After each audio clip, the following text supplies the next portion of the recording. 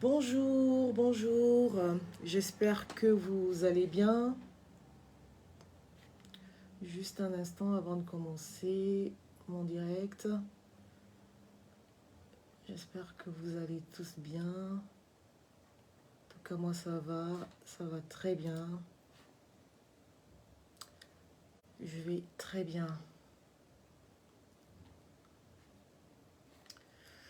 Donc voilà, je vais très bien. J'espère que vous allez très bien comme moi ça va. Donc aujourd'hui, j'ai à cœur de vous parler de la curatelle parce que récemment, j'ai eu à défendre une cliente et ce que j'ai constaté, c'est que en fait, les justiciables perçoivent la mesure de curatelle comme étant une mesure d'intrusion. Et c'est souvent mal perçu de voir les interventions du curateur ou de la curatrice dans la vie privée de la personne protégée. Donc pour les personnes qui ne me connaissent pas, voilà, je me présente. Je m'appelle Elodie Mabika, je suis avocat au barreau de la Haute-Loire en Auvergne, en France. Alors, ce qu'il faut savoir, c'est que la curatelle concerne les personnes majeures incapables, ainsi que les membres de la famille qui entourent en fait la personne majeure incapable.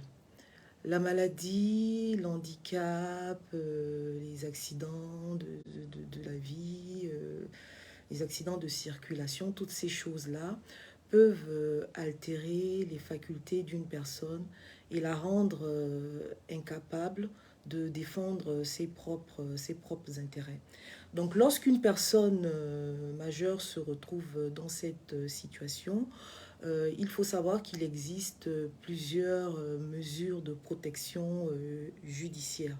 Donc à côté de la curatelle, il y a la tutelle, il y a la mesure de sauvegarde de justice et il y a la mesure de mandat de protection future. Mais ce qui m'intéresse moi aujourd'hui, c'est la curatelle.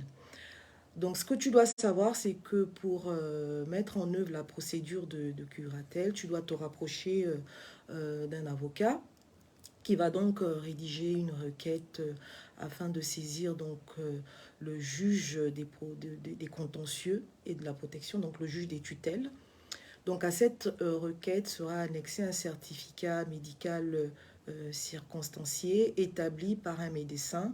Ce médecin, tu le trouveras sur la liste établie par le procureur de la République.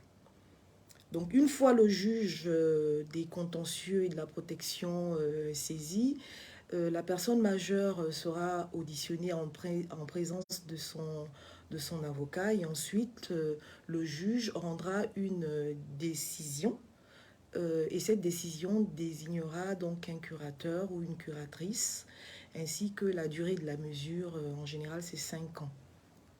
Donc quels sont les avantages ou les objectifs d'une mesure de curatelle? Donc la mesure de curatelle est ordonnée afin d'éviter que la personne vulnérable ne commette des erreurs dans la gestion de son patrimoine.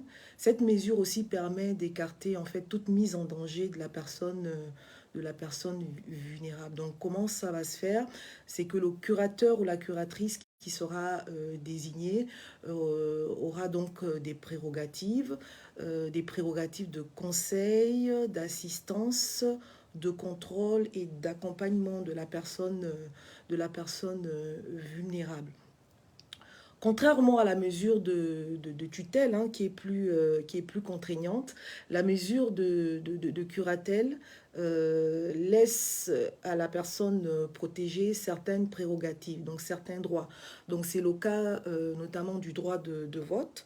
Donc le droit de prendre des décisions pour tout ce qui concerne sa vie personnelle et surtout le droit de choisir librement sa résidence. Donc pour terminer, il faut savoir qu'il existe donc 3 degrés de curatelle. Il y a ce qu'on appelle la curatelle simple. Donc la curatelle simple dans cette mesure-là, il faut savoir que le curateur n'intervient que pour les mesures importantes ou les décisions importantes du majeur protégé. Bonjour Yvan Ndjambé, merci de me suivre. Donc à côté donc, de la mesure de curatelle simple, il y a la curatelle renforcée.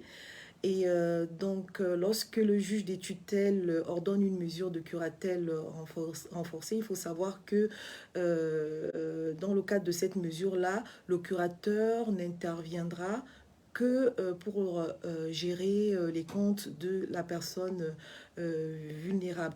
Concrètement, ça va se passer comme ça. Donc la personne protégée remettra donc au curateur tous ses moyens de paiement, donc à savoir son chéquier, sa carte bancaire, et il appartiendra donc au curateur d'effectuer tous les paiements de la personne vulnérable et de retirer une somme d'argent déterminée d'un commun accord entre la personne protégée et le curateur, et cette somme d'argent sera remise donc au major protégé afin que ce dernier puisse faire face à ses besoins courants.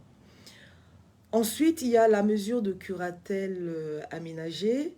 Donc, la mesure de curatelle aménagée, dans cette mesure, il appartient donc au juge de déterminer quels sont les actes qui seront accomplis de manière individuelle et autonome par le majeur protégé, et les actes qui seront assistés, les actes pour lesquels le majeur protégé sera assisté du curateur.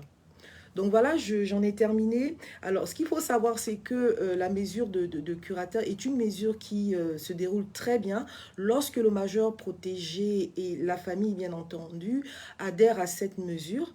Dans le cas inverse, lorsqu'il y a des difficultés, lorsqu'il y a des contestations, lorsqu'on perçoit que le curateur va un peu trop fouiller dans la vie privée de la personne majeure protégée, souvent il y a des difficultés. Donc l'objectif, c'est pas d'en arriver là, l'objectif c'est que tout se passe bien.